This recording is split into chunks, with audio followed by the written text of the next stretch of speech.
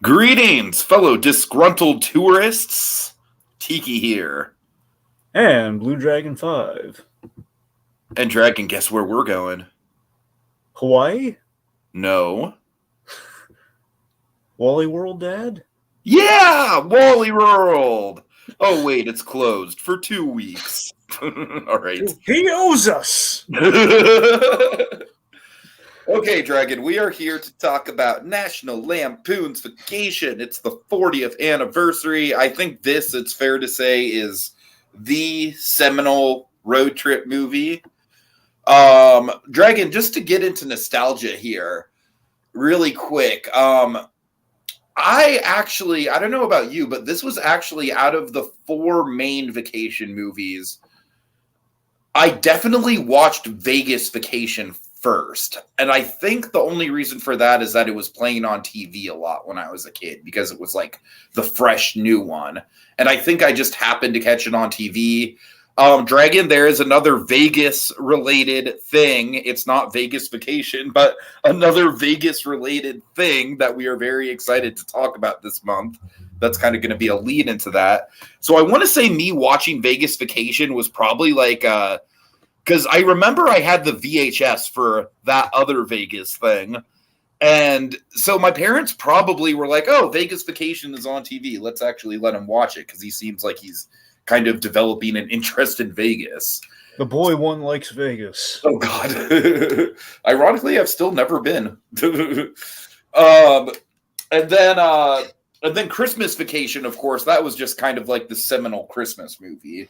I feel like even though I believe that movie's technically R-rated, but it's still like... No. Christmas is PG-13. Okay, got it.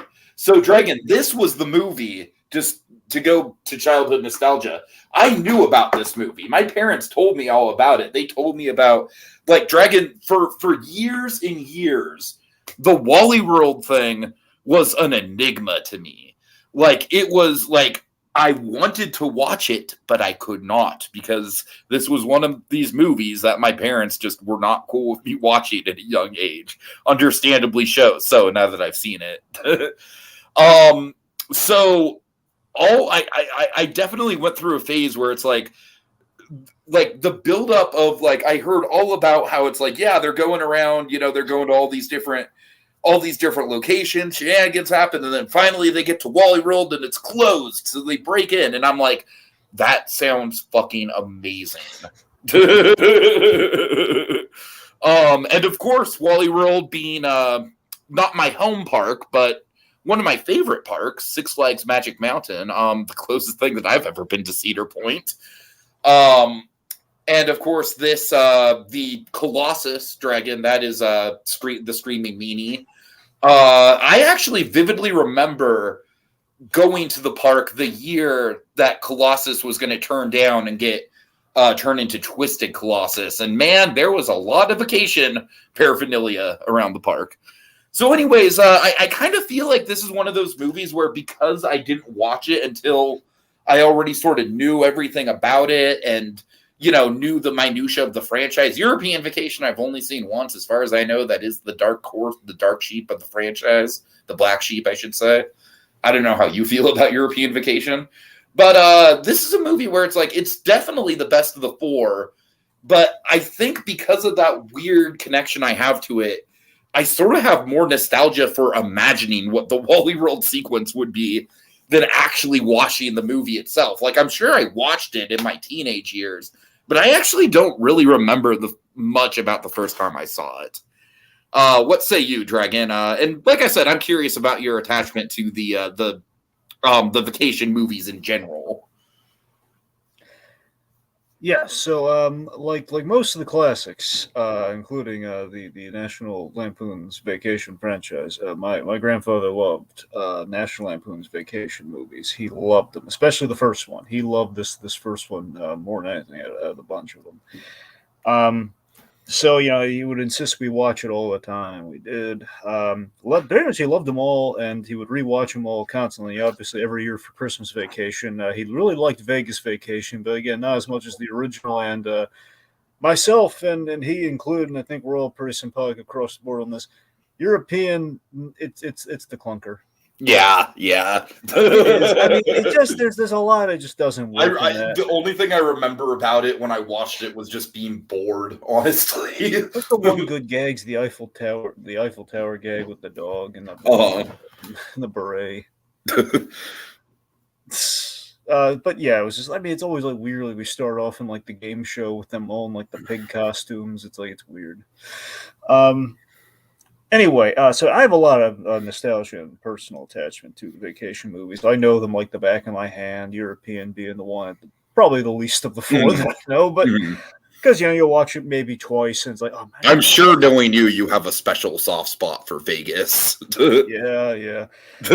So, I do, but again, nothing holds a candle to Christmas. I mean, for me, honestly, if I had to rank them, I still like Christmas most. It's going to be Christmas, and then this, and then Vegas. But again, still those three are delightful.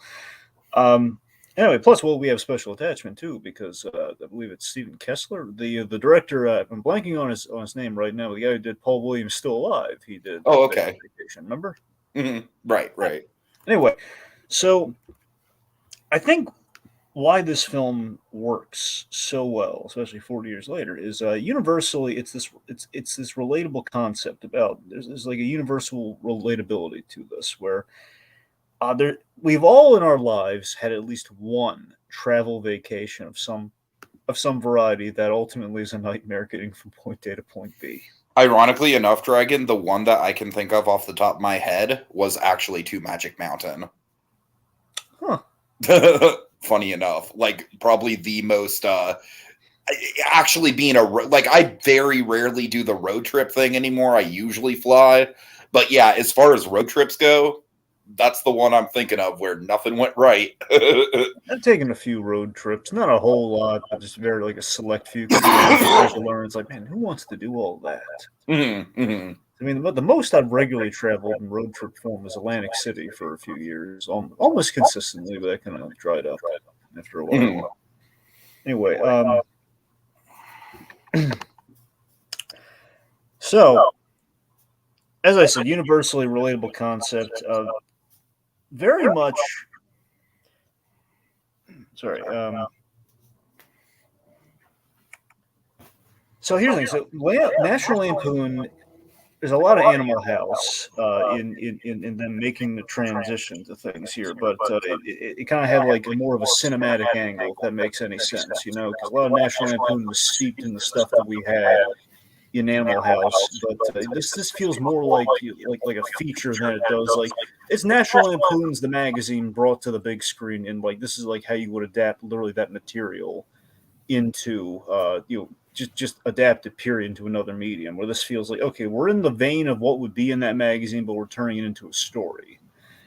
So it has, because of that, I think it has true state power, because again, we're kind of like interpreting characters versus like, just comedic set pieces like we did in an Animal House and all of that. I think the X factor of this movie is Harold Ramis. I really think at the end of the day, that's gives some heart amidst the chaos in this film, which we do not have in Animal House, This movie, it laid the groundwork for all the road trip and vacation movies of our youth, and just still to this day. I mean, again, we don't have a Goofy movie without this movie. Oh no, we don't. That's what I'm saying. This was like the road trip movie. Absolutely, second to like the road movies with Bing, Hope and Crosby. Yeah, I mean, okay. Sorry. Yeah, I mean, in the second one of these, by the way, well, in the third one of these with the Christmas Vacation, Danny F and K. Well, I'm just saying, I think like the Bing Crosby ones are great, but I think at this point, this has kind of surpassed them as like the definitive vacation movie or road trip movie. Yeah.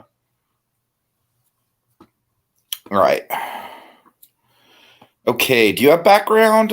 Before you get into it, though, let's just shout out the folks here. Kogias says 40th anniversary. That means this film was only 1 year away from Harold Ramis's most popular film, Ghostbusters. Well, he didn't direct that, but yes.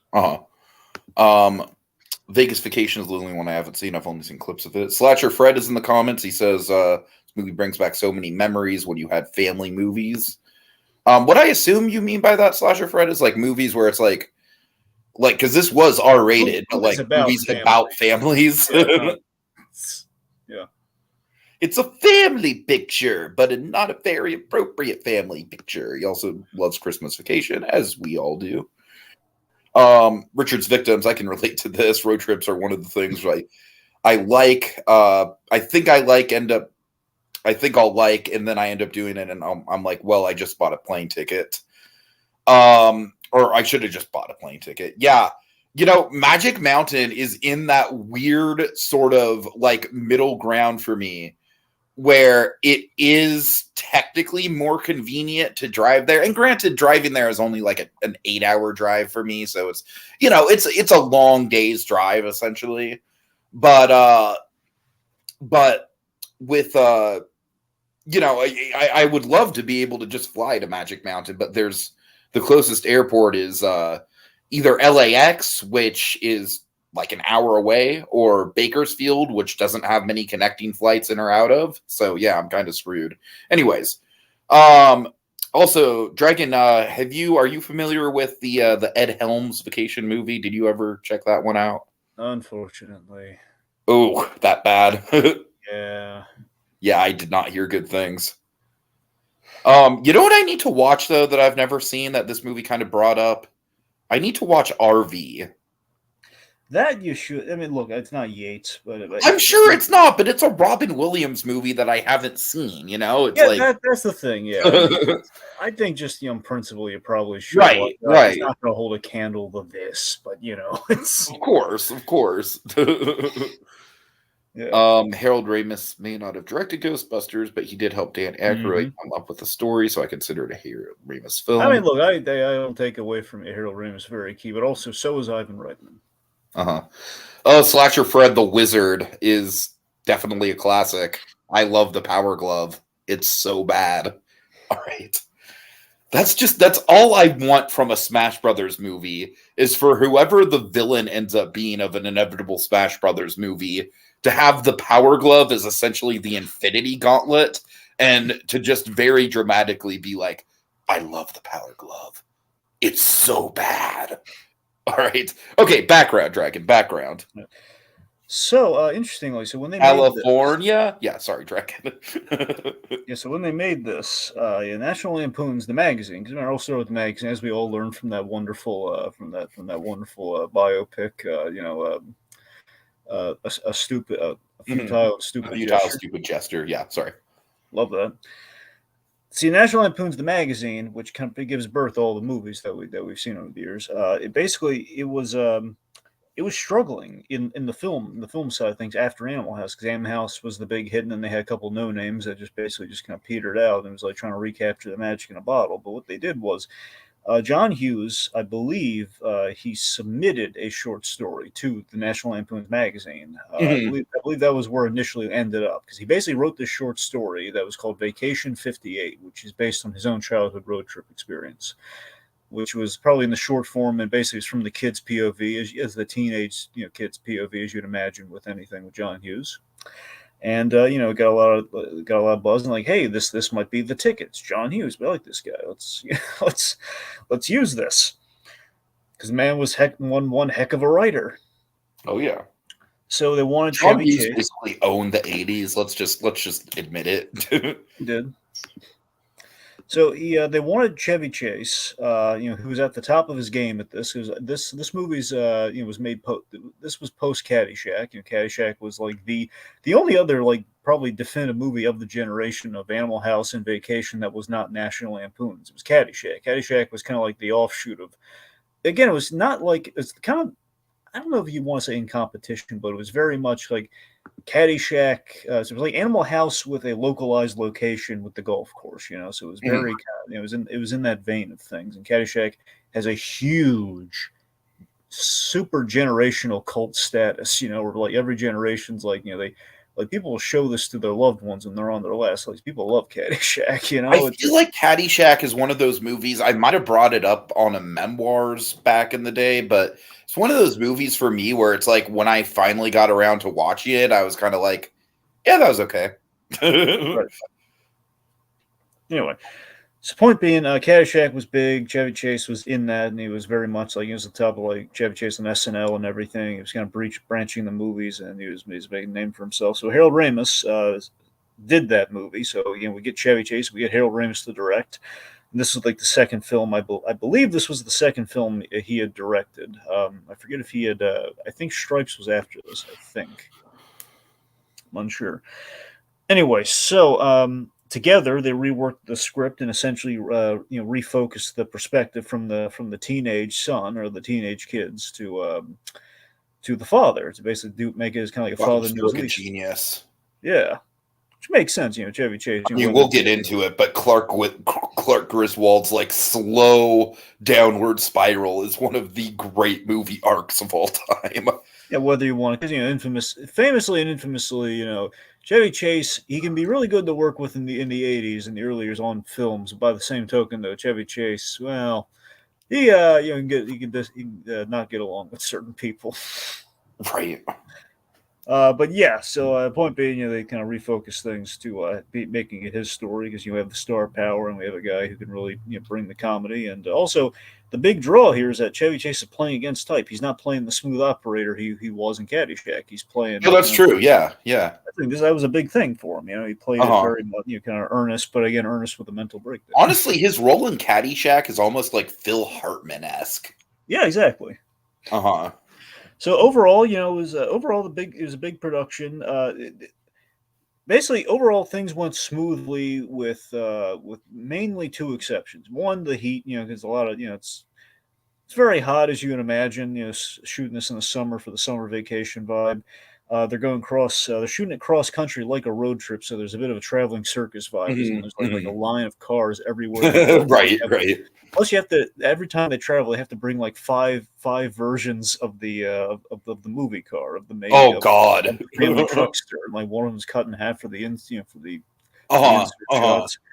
So I mean, it's like a giant traveling circus, like going roughly. I forget if they started in Chicago in real life or not. The point being, starting from wherever point A was, going west with the whole production. So it was a literal road trip. And here's the other thing. So Aunt Edna was the only other hitch for this movie. So Aunt Edna, Imogene Coca, I believe her name is Imogene. A plot line that I'm convinced Little Miss Sunshine just ripped off wholesale. I would not be shocked. I mean, to be fair, George. I'm sorry, I was going to say George Carlin. Oh God, Alan Arkin. Thank you, Alan Arkin. I wouldn't say Alan Alda, and I was like, that's not right. Alan Alda was like way more likable in that movie than she was. I can forgive you for the whole George Carlin things. We all think George Carlin in that movie, but no, it's. Well, I was thinking George Carlin too. Yeah, because of course George Carlin, Jersey Girl comes out roughly around the same time. I know Little Miss Sunshine was a couple years later. Anyway. Yes. So point being, Imogene Coca, she was the only other problem spot, and otherwise pretty straightforward production. Where she had two issues. One, she was traumatized by a car accident in life, so she had a profound fear of travel. So she was essentially sold like, hey, do this. Like, oh, and I don't know this. Well, their agent probably said like, you'll be like the cutout car for like, you'll be in like a studio. We'll have like a rear view projection or something. Like, that's probably what it's going to be. So you'll be fine, not knowing that, oh God, it's going to be an actual like road trip production. So she was nice to her co-stars and everything, but you can imagine this elderly woman. She was not a happy camper. Like, basically, like she was like every time they were in a car traveling point, she's like holding on to the top of it, just very worried that it's going to wreck. And two, it was so hot, and I guess between that and between her anxiety and everything, she I believe, I don't know if they ever medically fully deemed this or not, but essentially she had a mini stroke during the production. Oh wow! They essentially what happened was they were on set, and she just kind of walked after they shot the day and everything. She had no memory that she thought they were going to start the day. Like she completely like the whole day's worth of memory. Oh Jesus Christ! Just completely gone. But she like a trooper, like she and I believe her husband, like they kind of studied the scene, they did it again or something, or like the next days they had to relearn. She had to relearn all the dialogue. It was crazy. Mm-hmm. So, aside from the heat, it was pretty straightforward. But also with the heat, there was a little. There's this famous story with Chevy Chase and Harold Ramis where it was so hot and they had to like a bunch of takes and like the luggage falling off the car and everything. And Chevy Chase did this comedy thing where he basically he grabbed a piece of luggage and he was about to throw it, but again, kind of like Chevy Chase, like real life, somewhat kind of Clark Griswold or more SNL kind of Gerald Ford clumsiness. It was like he grabbed it and he was gonna throw it, but he didn't want to throw it like the expensive camera. He didn't want to throw it over there, so he was like, just, "Oh, I'm gonna throw this somewhere." And then he sees Harold Ramis and he tosses it at him. Harold Ramis saw this and he was ready for it, so like with his foot, he just like knocked it down. They chewed him out like, "Hey, don't you throw things at me? I'm the director, darn it." And he behaved from there on in. Now, there's one other bit of background I'm going to save until the end of the movie. One huge bit of big alteration in the production of this film. The ending changed substantially. Oh wow! And the ending is probably the most iconic part. I'm gonna break that down once we get to the ending section. All that said, let's dive into it. Okay. So, Dragon, one thing I don't want to do with this podcast, honestly, and I probably should have gone over this with you before, is I don't necessarily want to just have this be like okay, they go there and let's talk about this scene and then this scene. Yeah. So if we could just kind of like break it down more. Yeah, sure. I think we'll skip around a little. Yeah. Okay, for sure. So Code Geass does bring up the theme song, and we probably should talk about that. Holiday Road I don't think it was actually written for the movie, was it? I don't remember. I mean, I don't know. It feels like it was, to be frank, but Does it? Okay. I think I can't. But yeah, I mean, it's an all-timer as far as like a movie theme song goes. Like it fits so well. It's just the total vibe. Also, I love that during the intro we have a couple shots of Gatorland, which for my money is the best roadside attraction of all time. Tiki, I'm pretty sure it was written for the movie. Okay, that's fair. That's fair. I'm saying like 90 and like 98. Yeah, sure. All right. So yeah, I do like the montage and the or not the montage, but the photo slideshow called Bruce Wayne. Old Bruce Wayne, yeah. So Jerry, I need to show you vacation photos. Okay, here's what we really should talk about. We got to talk about the real star of this movie. We got to talk about the family truckster, the Metallic P. I love how every vacation movie, or at least this and then Christmas Vacation, both have like very distinct vehicles. Yeah. Well, vehicle designed is I forget how European, because no one remembers European Vacation. Fuck European Vacation. Didn't they just fly there? No, well, actually. Well, they had to have flown to Europe. I mean, I'm sure they probably had a rental car. But you know what? That's the thing. That's what the rental car. That's just making me second guess it. But you know, you're right. They did fly there. Right. If they fly now. So, okay, in all seriousness, so the family trucks, this was, I believe, a kind of a concept car by the great George Barris, the man who designed the Batmobile. Yeah, the original Batmobile. So I don't remember. I don't think this car was in that one car museum that I went to. I don't think it was. So this scene, I think, one, it's the introduction of the vehicle, which is great. It's going to be a huge part of the movie. Which, importantly, this car sets the tone for the film, and this opening scene is we have the great Eugene Levy. Yes, yes, a very young Eugene Levy. I know he's almost unrecognizable. Right. So I think probably one of the iconic lines of this movie. There's a lot of good ones, to be fair, but I think one of the iconic. I honestly think the whole movie is kind of like one big quotable iconic scene. I know it's really hard. It's one of those, but I just love this. If you hate it now, just wait till you drive it. Oh God, yeah. So anyways, the idea that it sets the tone of like we're in a cynical, like kind of dark humored National Lampoon's magazine world, but we have Clark, who is an optimist who is going to be pushed to the brink of mad, to the brink of his sanity. And that right there, it sows the seeds for the comedy in this movie. And just, I love the slow, gradual build up to Clark's downward spiral. Because it's like, that man puts up with a lot of shit before he breaks. And I love how, Chevy Chase is very subtle with how he performs the, kind of like the steps that it takes to get to that breaking point. But it's also a really great scene and play against type in that he is playing it he's playing it earnest, or at least the guy who is he's envisioning things in a Norman Rockwell sense, much like he does around the holidays. And it's just, he's just trying to, he's trying to maintain it despite the world just kind of like taking all these chunks out of him, Uh-huh.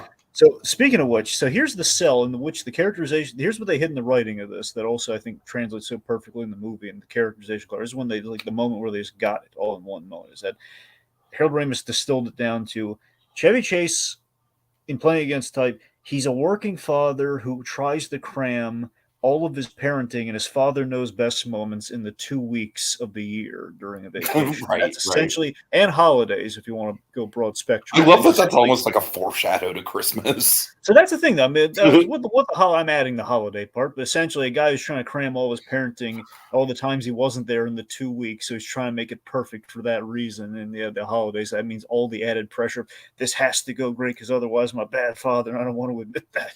Right, right. So all the overcompensation and the eventual and guaranteed meltdown. So we have like the video game map gag too, which is always funny, like the disc, kind of the Diet Coke Pac-Man. Mm-hmm. All right, let's see. So I guess just overall broad spectrum, some stuff here. So the National Lampoon's edgy humor that we have in this film. Some gags.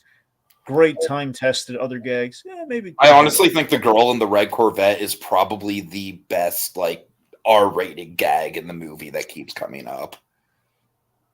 Yes, but anyways, wait. Christy Brinkley, of course, famous model and everything. Now she was the big draw, and very iconic. Christy Brinkley in this movie. It was a big deal to get her in this movie at the time because again, it was like, oh my god, you got that model in your movie, and she kind of made her like a recurring kind of running gag throughout the film and everything. Setup in the car stuff, that's great, that's wonderful. Third act, when we pay all of it off, for me personally, that's just again, this is the like thing. It's a little sloppy, but at the same time, what I like about the third act payoff with it is I like the rusty of it all with that, like how that's kind of like, because I find that to be a very relatable moment where it is very much like, like the moment where Rusty's, kind of hero worship of his father kind of breaks, you know what I mean?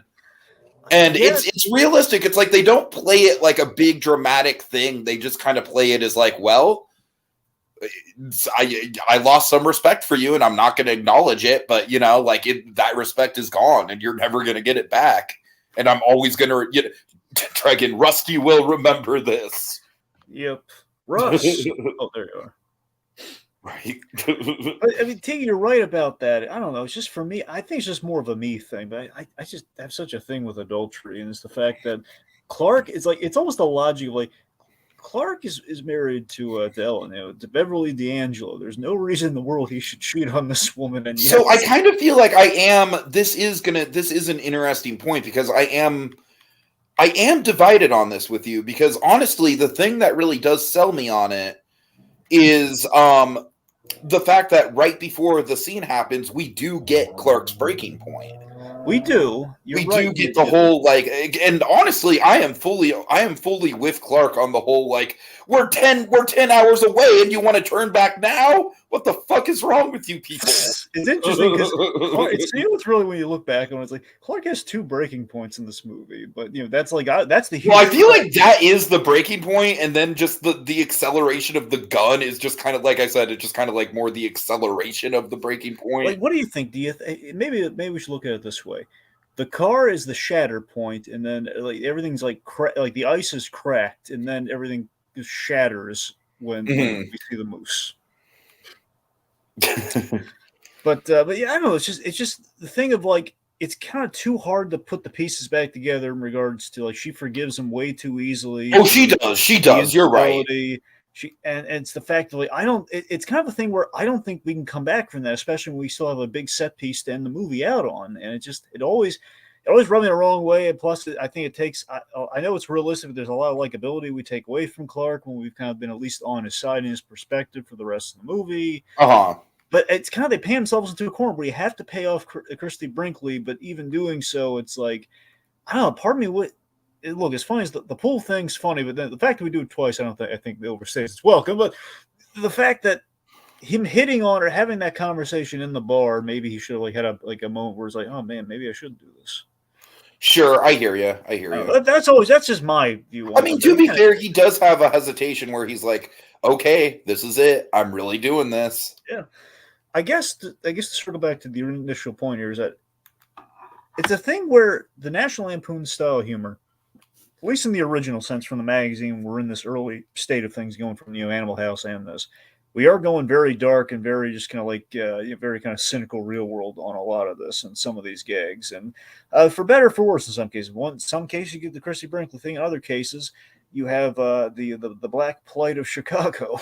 Oh, oof. Now, just so you know, every time they look back, it's even like going back to 20 years, they do deeply regret this. Actually, wasn't it? Well, it was St. Louis, right? Here's the thing. They start in Chicago. I forget if they're in St. They get lost in St. Louis, right? They go, but we had the St. Louis gag before this, didn't we? No, I think isn't. No. I mean, remember they drive by and we have this great gag where they see the giant like arch of St. Louis, and it's like, yeah, kids, there's this big elevator takes you all the way up there. Are we going to see it, Dad? No. But we are going to go see the biggest ball of twine in Minnesota. Yeah, so I'm wondering if we did Which is what I kind of assume Weird Al wrote that song based around this.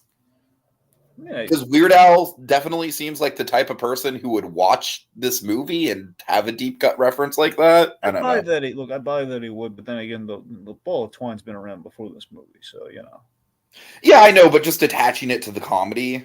Sure. Regardless, I think we actually come to think of it, that song is kind of like the antithesis. I'm not sure how familiar you are with that song, but it's one of my favorite Weird Al songs, and it is very much the antithesis of this movie because it is like the most fucking idyllic family vacation ever, at least until the end when they all go too crazy over the ball of twine and get kicked out. Anyway, all right. So I think if memory serves, I think you might be right. I think we go past the arch and then we're lost in St. Louis. With the anyway. The point is close to the start of our journey, which is them close to Chicago, which I'm going to guess is probably St. Louis geographically. Anyway, so we have here's the plug gag. There's one gag I think does work perfectly in that I think it walks the line perfectly, and then we overstay the welcome, where it's like, hey, come on, kids, look at this, all this plight going over here. Right. Shouting, like, this is the side of America we never usually get to see. Yeah. Roll them up. That's what I'm saying. Roll them up is perfect and relatable, and we have all been there in one. Oh yes. I actually remember my latest trip to to Southern California when I went to Universal Studios from Anaheim.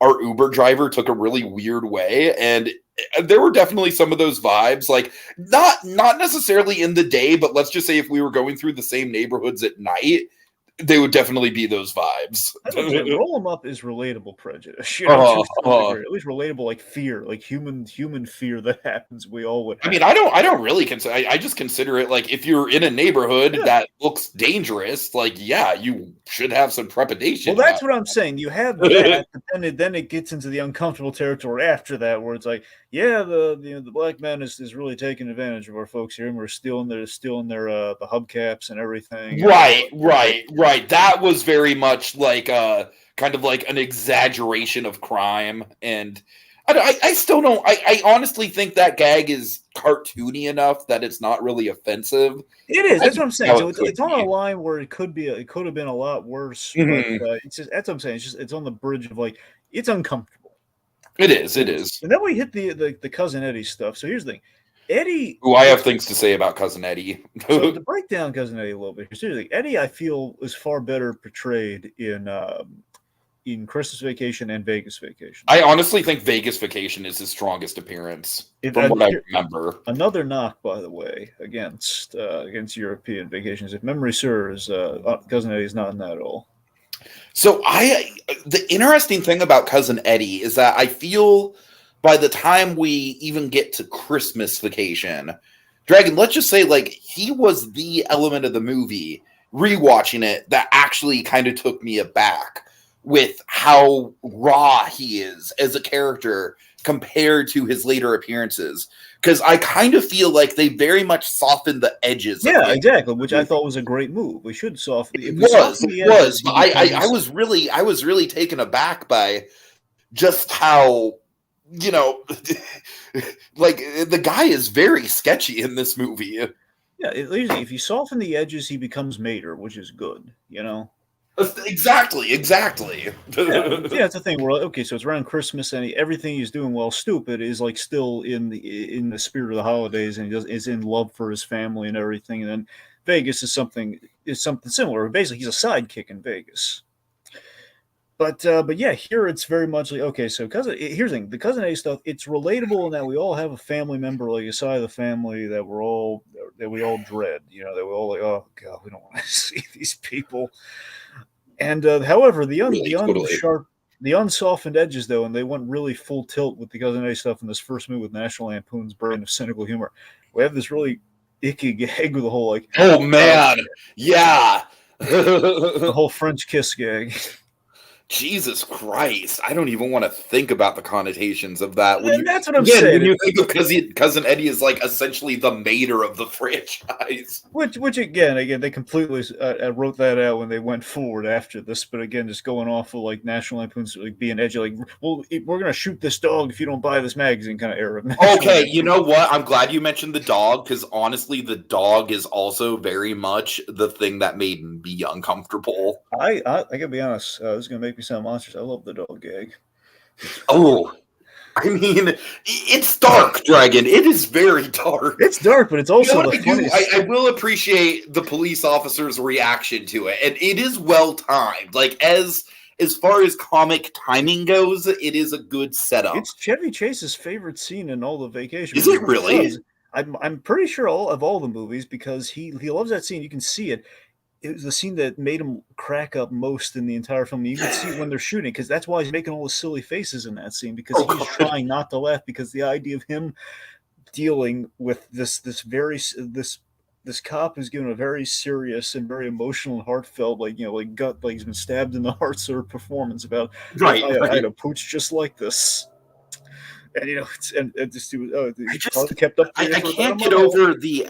I mean, obviously, like we're not going to actually show the the body, but I forget in the script or not if it was mentioned there was a red trail or if that was like a joke. I can't get over the mental image of it in my head. That's the thing. I like the suggestion of all that we have is like just the leash still on the bumper. Right.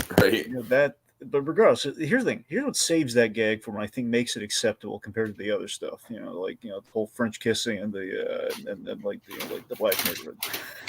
Is that it's almost Curb Enthusiasm-esque in that we showed this dog was irredeemable and terrible, and it's like was fighting everyone. It was a vicious monster. It was the dog went on the basket. It's like I never thought I hear the term irredeemable used for just a dog, but no, you're right. The dog is the fact that I think we did a great job. We made the dog so redeemable, and we did it off screen. We didn't do it violently. We didn't advocate violence or anything. And we saw Clark did not do it on purpose. He's the bumper. He's thoughtless. He's clumsy. So that's the thing. I think but he is playing it very much like Larry David would. That I have somewhere to be, but I'm going to act a little upset here, so the guy can like sense that he's telling the truth. Like, yeah, it was an accident, but it's like I'm not really brokenhearted about it. I hated this dog. Right. I don't blame him. I don't blame him. Yeah, the dog was terrible. It was awful. We were saddled with it. I mean, honestly, I do feel like the dog is good foreshadowing to the aunt. Yeah, that's what I'm saying. And the fact that she's the dog. Right. It's like, well, that's one way to take care of a problem. I'll tell you what's funny though. There's a gag that did kind of lay the groundwork for Cousin Eddie's. While I'm thinking about the whole swill gag, where the way Chevy Chase kind of puts it, where he's introduced Eddie and they're having that scene together. He says, "I bet you could use a cold one." And he hands him like the used beer when he opens a fresh one for himself. God. Yeah. Anyway, yeah.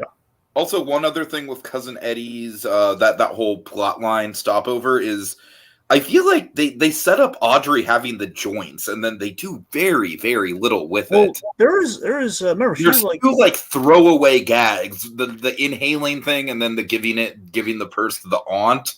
But I felt like that was like Chekhov's joint that didn't actually get paid off. Well, actually, if you look at it and you kind of track it, it's like she is all giggly and happy because of throughout that point in the movie, up until Edna's death, like she is pretty, she's still using the stuff and everything.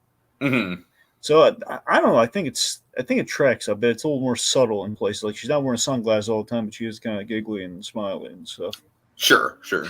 Anyway, but soon we have that, and we also have like the really edgy, like Bop Your Baloney gag. Oh God. Yep, and the Kool-Aid gag's still really funny. That's not edgy. It's just kind of funny.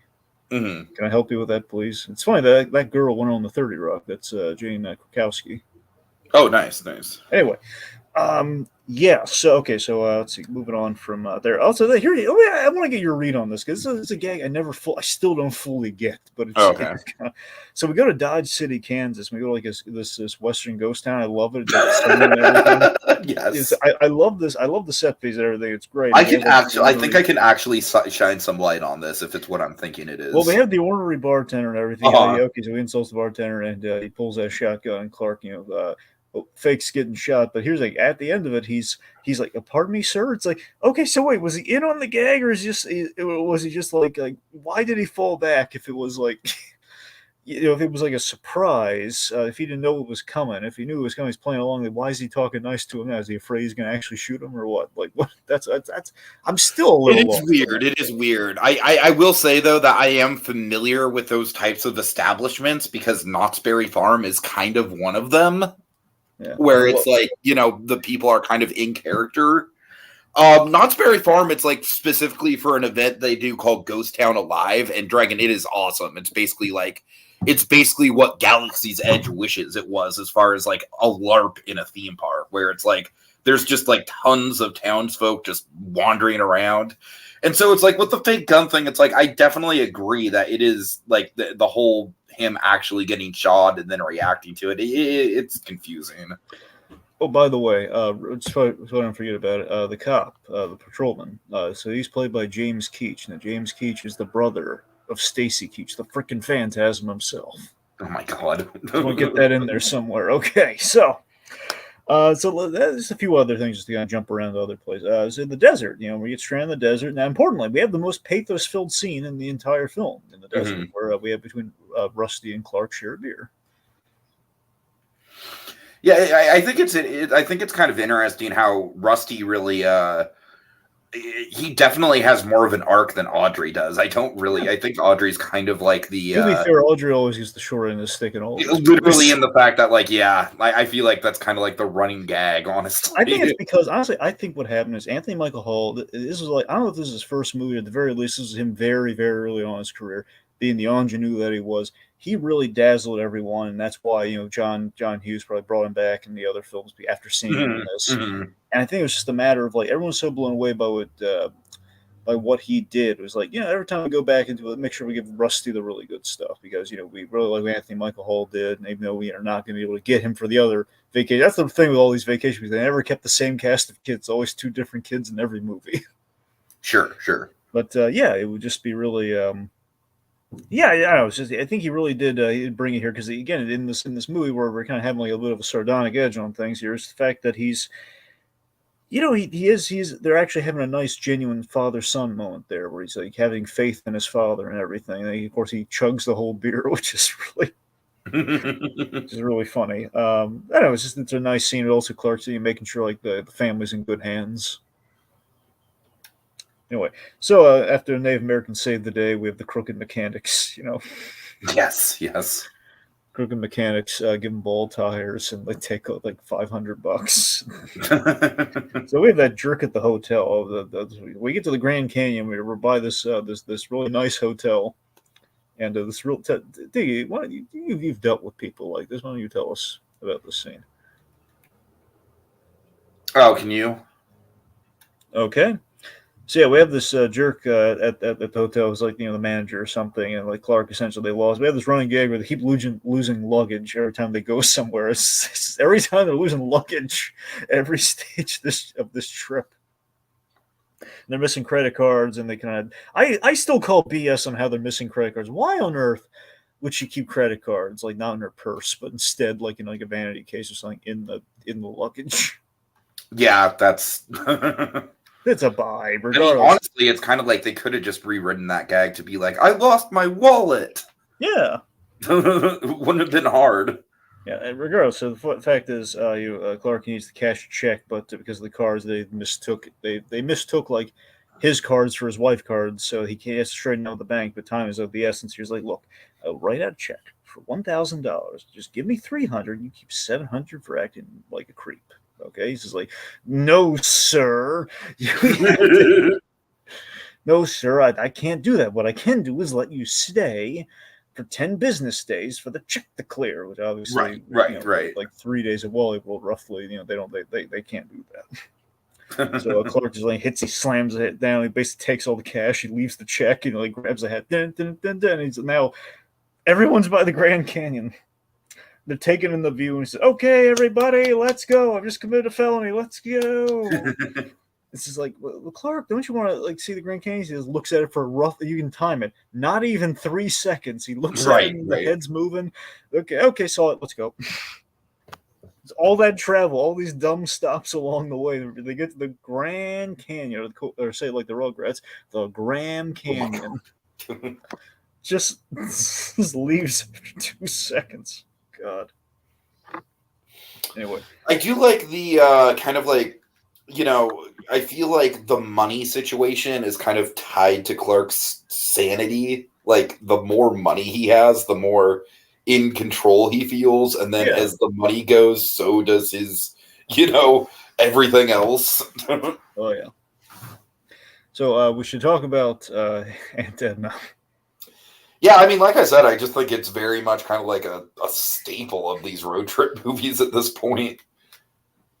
But yeah, she is she is a thoroughly unpleasant person. She's a nightmare of a woman. Am I gonna eat, or are we gonna starve to death? And oh god, dude, it's like it's one of those things where it's like I can like my grandmother when I travel with her is not nearly that bad, but there are definitely moments where she like critiques the server, and I'm just like, oh, grandma, shut the fuck up. They're doing their best,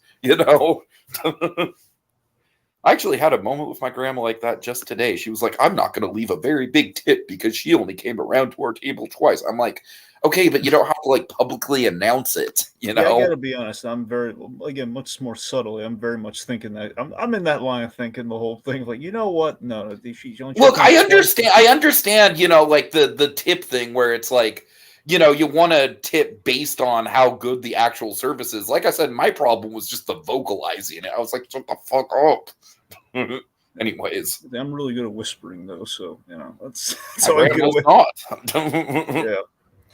No, I hear you on that though. Yeah, a little stealth never hurts with the old folks. I get you. There's one moment that I had in Epcot with my grandma that was so bad that I'm not going to repeat it on air, but I will. I think I've told you it before. I'll tell you it again, anyways. Anyway, so the point being, we used to have this unpleasant old crone and Dinky, the vicious dog, and all that. So, we kill Aunt Edna just as we're. I actually thought we were going to kill Aunt Edna during the breakdown when when they're very insistent, like stay in the car. I know, right? I honestly think that would have been a better setup. That basically she killed Aunt Edna by insisting stay in the car. I'm 100%. I thought that was going to happen too, but no, it didn't. There's the subversion of like she's sleeping. Like, no, Clark, you're not sleeping. She's dead. And the kids are freaking out, and the idea that Clark. Again, we're drifting so close to that, and it essentially is the breaking point because that leads to the to the crack, to the huge shatter point in Clark here, where it's like he's on a deadline, man, and it's like this is the last thing he needs. I can relate to the deadline thing. I definitely can. That's the thing. Edna was not a pleasant woman. This isn't like someone no one in this car really cared about. They were obligated. Exactly. They were saddled with her. You're taking me to Phoenix. Oh God. Yeah, it's just like when you reflect on what they did, they put her on the roof with her purse, which is funny. That was Chevy Chase's idea, by the way, the cell that Aunt Edna was under that tarp. And in the rain, and then they drop her off at her son's place, and it's like they leave a note. Yes, they did. Very considerate things. She's dead. Sorry. Fun. It's not what it says, but imagine if it did. And then they have like a sham. They have a sham. My bad. They have like a sham funeral for her, in which Clark gives the most hilarious yet insensitive eulogy. I'm not a minister, honey. Anyway, so then we're in the car, and then let's just go home. After all, it's like, I think you're all effed in the head. We're 10 hours from the effing fun park, and you want to go home. This breakdown's iconic, right? Shoot. Yeah. I'm kind of like dealing with a noise pollution issue a little bit. It is my absolute favorite scene in the movie. It's just like it is instantly relatable, I think, because again, you come all this way, you're 10 hours from the park. Like, why in God's name would you possibly turn back? Yeah. So, but again, it's like it's a relatable. Now, I think with all of us at some point in life, but I think I myself definitely had like the unpleasant nostalgia of the real thing of when Dad snaps, in putting on a happy face for a long time, being the people pleaser. Then there's going to be that little. My dad does not do good when he is lost, and GPS has been a godsend for us. Yeah. Less of the GPS thing. My father is just he's a wonderful, like the best human being ever. Oh, same. Except when he's behind the wheel. Right. He's cursing everyone out. He's just, but again, like such a happy-go-lucky fellow. But when he's behind the wheel, it's just like, it's like Susie Essman, He's like cursing up us. So he hates everyone. Kogias, I do want to highlight this comment because I agree. It's interesting how Eddie was only in this film for like 5 minutes, and then he went on to become one of the leads of the franchise. He even got his own spinoff film. I mean, again, like between how raw and kind of like unfiltered and sort of nasty Eddie's portrayal is, and the short amount of screen time, it is squarely on the back of Randy Quaid. That it it's even. Like, here's an example for you. Okay, you look at it here. Eddie needs money, and it's like this really painful, awkward sequence. However, we do have the really funny gag playing. Well, how much do you need? Eddie? $52,000, and he quickly puts the money back in the wall. That's funny. But Christmas Vacation, Eddie's trying to give his kids a good Christmas, and he doesn't really ask for the money. It's not charity, Eddie. It's family. Again, that's a really nice version of that scene where Clark gives him the money, but without him like having to drag it out in a really awkward way.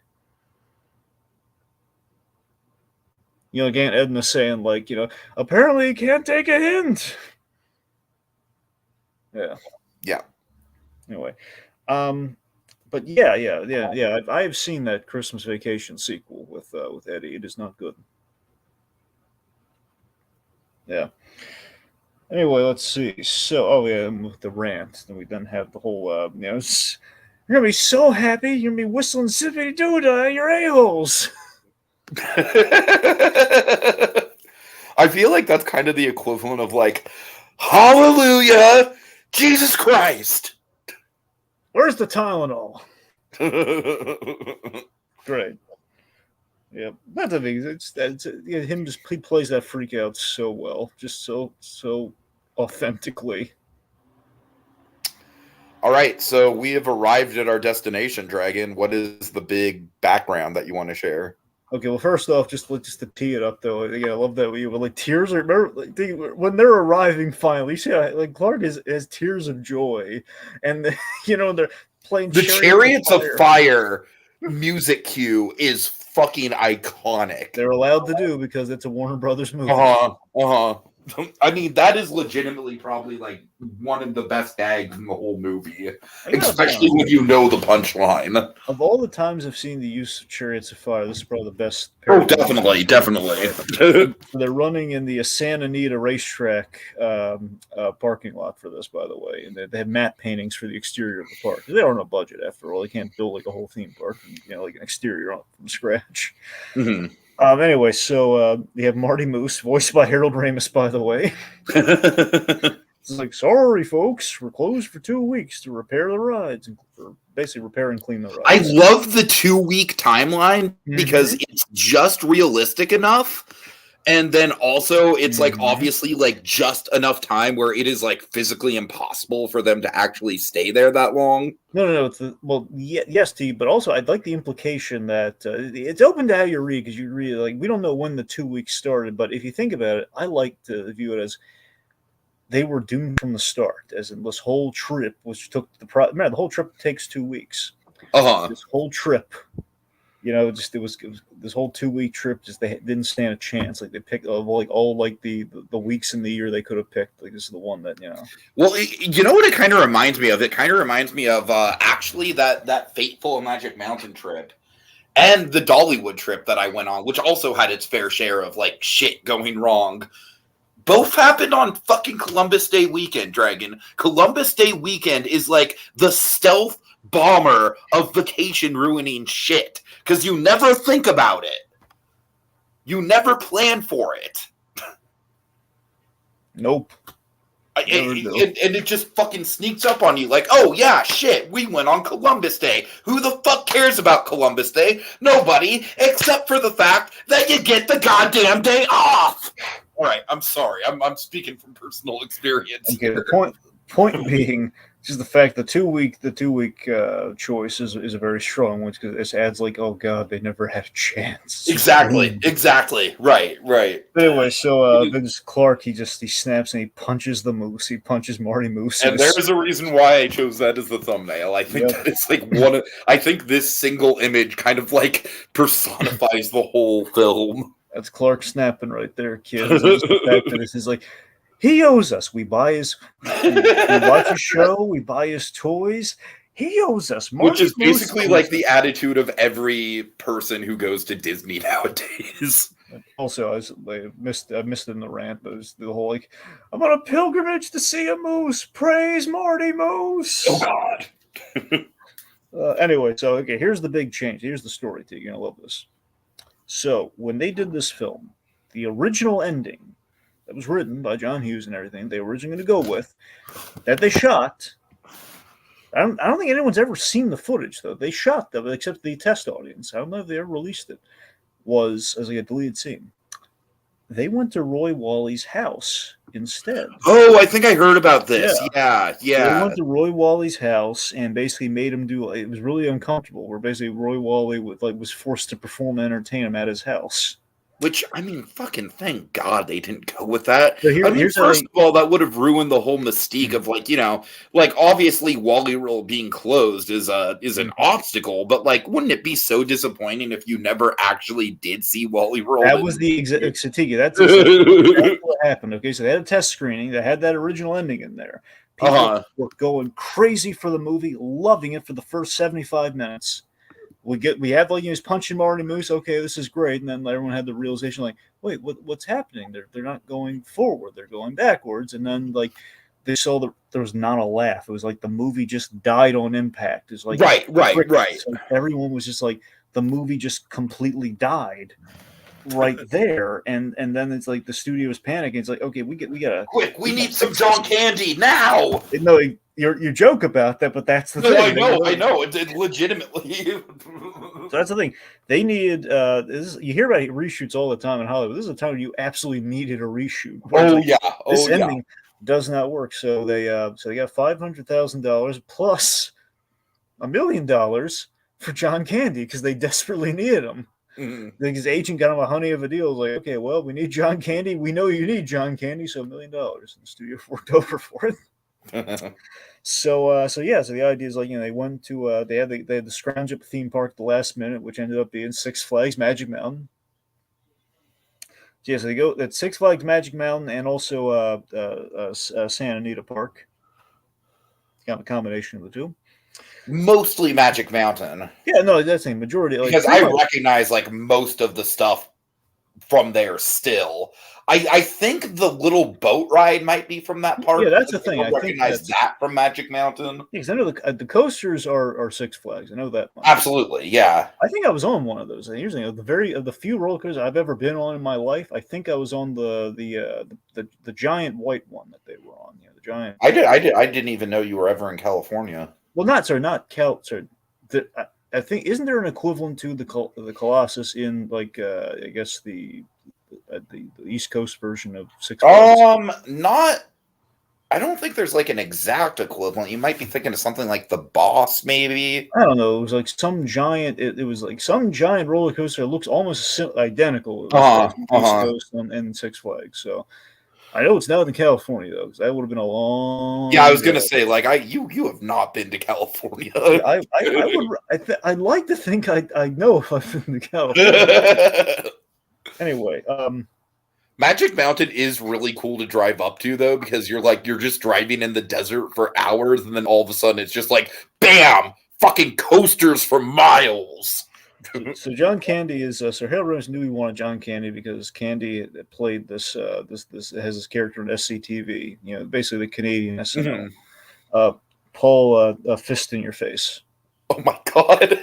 So Paul Fist in Your Face is like this. That sounds like a tick villain. It does. It does.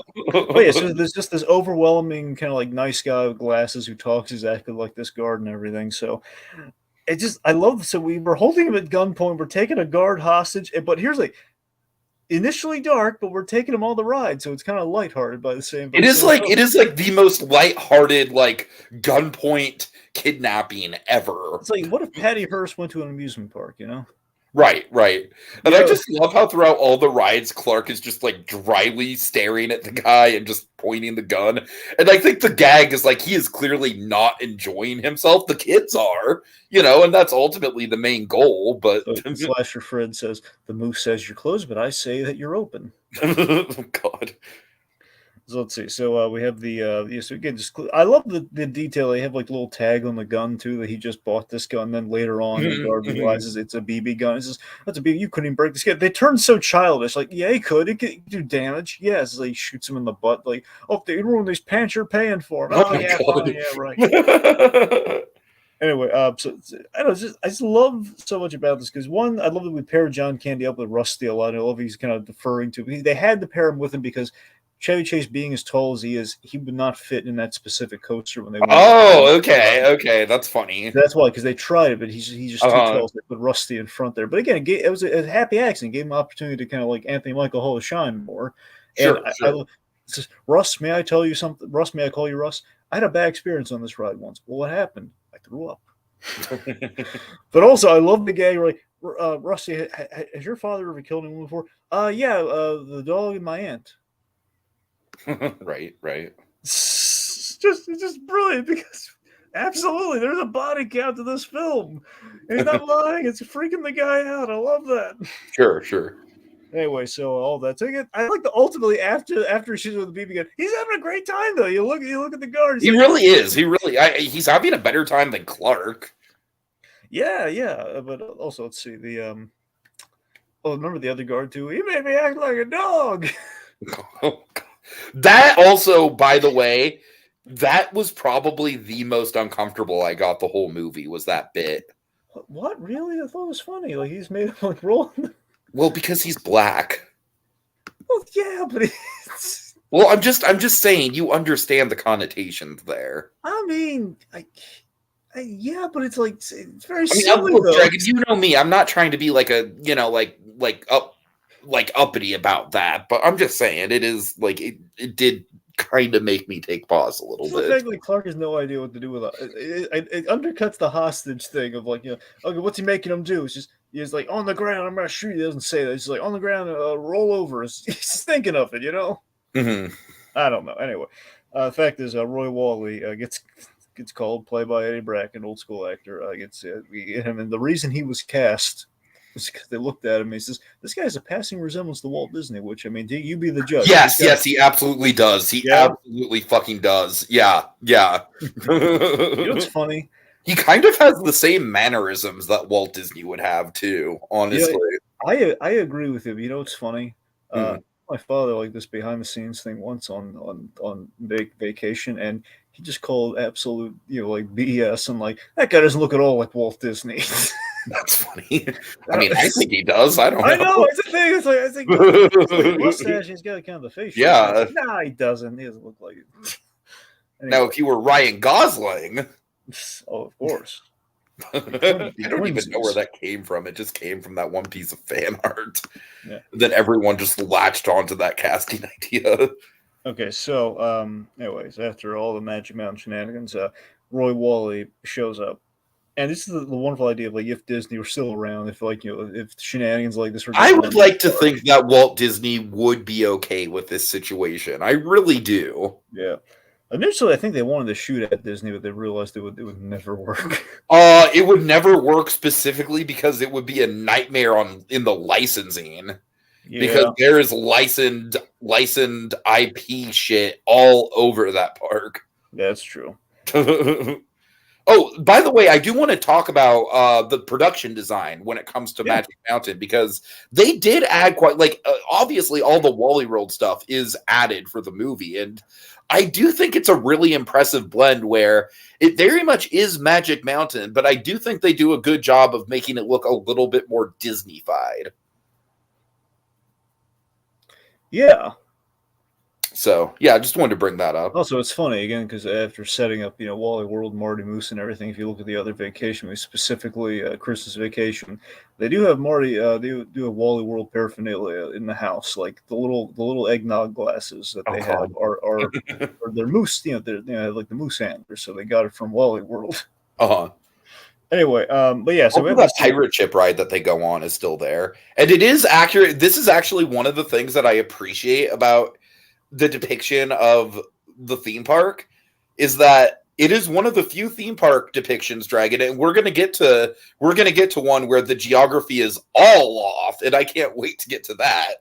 But the geography in this is pretty accurate, actually. Like the pirate ship ride is right across from the wooden roller coaster, and then from there you just cut right across the park to go on the Revolution, which is the looping coaster. Like, by and large, it is pretty accurate to how you would progress throughout that park. Yeah. I'm sorry, that's like the total theme park nerd. Trust me, once we get to the one that I'm talking about, that I am going to have so many notes about inaccurate geography. Yeah, I know. All right, so Clark, he goes for the full pathos as he smooth talks Roy Wally, which is which is great. I love how innocent Roy Wally is. Like, well, someone better explain it. There's gonna be explained to do. That's the thing. I love he just kind of lays out the whole. We lost. Do you remember the family along the way? Just kind of milking it. He gets the smooth talk. Clark being the smooth talk. You get a sense that Clark is good at his job here when you see the whole food additives thing. He has skills here. Anyway, so now tell me that when it's just a lot of just really great bits of dialogue here. This fact like, hey, Russ, when I asked my kids where they wanted to go, Russ, what did you say? Hawaii? Shut up, Russ. Audrey is Wally World, Dad. Do you hear that, Wally World, Dad? Oh my God! And it's like, do you have any kids? 7. Oh, 7. You look so young. Oh, well, thank you. He's so pleasant, this Roy Wally guy. He is, yeah. Anyways, this Clark said, wouldn't you have done the same? He instantly says, no. Anyways, then, of course, the thing of like, I'm not going to press charges. And they all go on the rides together. Yeah. Yeah, it's a happy ending. I mean, again, it's honestly, I do agree with you, Dragon. I do wish that there was some sort of resolution. Like, I wish the movie would have ended with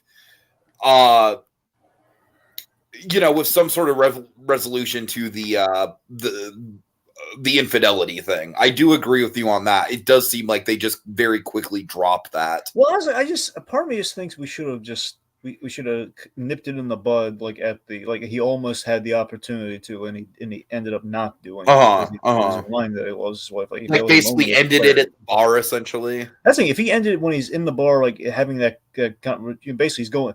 It's the idea we have Chevy Chase playing So Against Type, and then we get to that scene where he's playing initially Caddyshack Chevy Chase, but then what if he had a moment where he stopped himself and says, "You know what? I gotta go."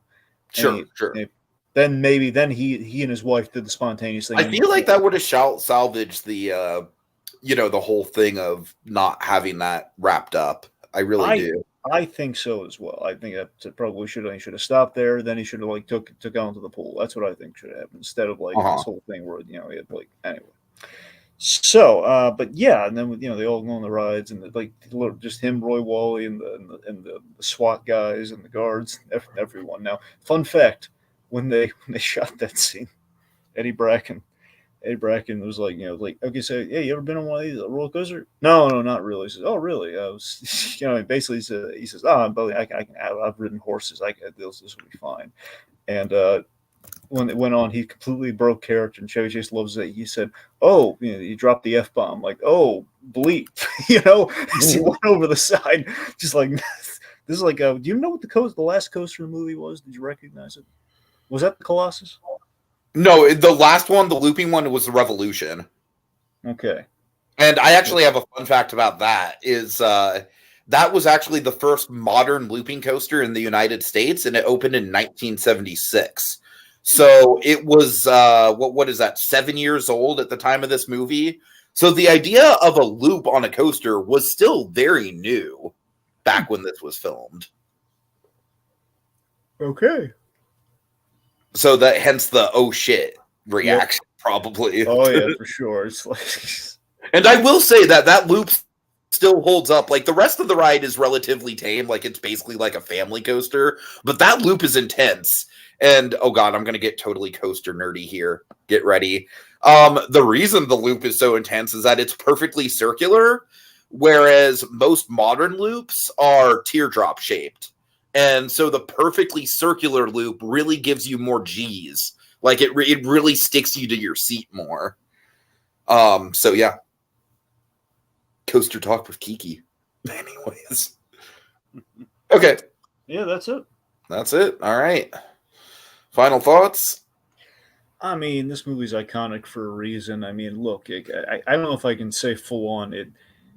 This way, it holds up as far as entertaining goes. I mean, certain gags, but again, it's like humor is a subjective thing. Certain gags still to this day, it's like you look back and it's like, yeah, it's maybe a little too National Lampoon's Magazine versus National. I think there's some gags in the movie that toe the line, but I don't think there's any that are just outwardly offensive. Yeah, that's the irredeemably so. I don't know. The French kissing thing still really. Oh yeah, no, you're right. Especially considering the evolution of Cousin Eddie. That's what I'm saying. That's the thing. If I could excise one thing from this movie, I mean, ultimately, personally, it should be that's the thing you need to get rid of. Then it may be rework the Christy Brinkley thing with the climb with the payoff of that. But again, that's the point. I mean, the movie stands up as a classic and very important in the tomes of like what the road trip movie is and what it should be, and it's all the authentic bits. And I think Harold Ramis just brought that out just in a very honest way. And it's honest, but again, like this, we heightened it just ever so slightly, so it would kind of flourish in a really spectacular way. And thank goodness they changed that ending. Sure. Yeah, I mean, I agree. It is very much like the seminal road trip movie. I feel like every little beat of this movie is iconic in its own right. It's not perfect, but it's just like insanely rewatchable. Especially given the Chevy Chase performance and kind of like that downward spiral into insanity that he kind of goes on. So yeah, and obviously with the Wally World of it all and Magic Mountain, it's a seminal favorite for me just based on that, because Magic Mountain, like I said, is the park that I kind of relate to the most as far as like it's a long drive away. It's not a cross-country drive away, but it's a day's drive. And it's about as convenient to drive there as it is to fly there. So yeah, anyways. All right, well, big thanks to Kogias, Slasher Fred, and Richard's Victims. And this is the start of, we don't really have a title for it per se. We're kind of moving away from like titles on things. Honestly, I kind of want to just stick to retrospectives. But the theme for August for retrospectives is going to be vacations. So stay tuned for that. All right, folks. See you later. Praise Marty Moose. Sorry, folks. We are closed.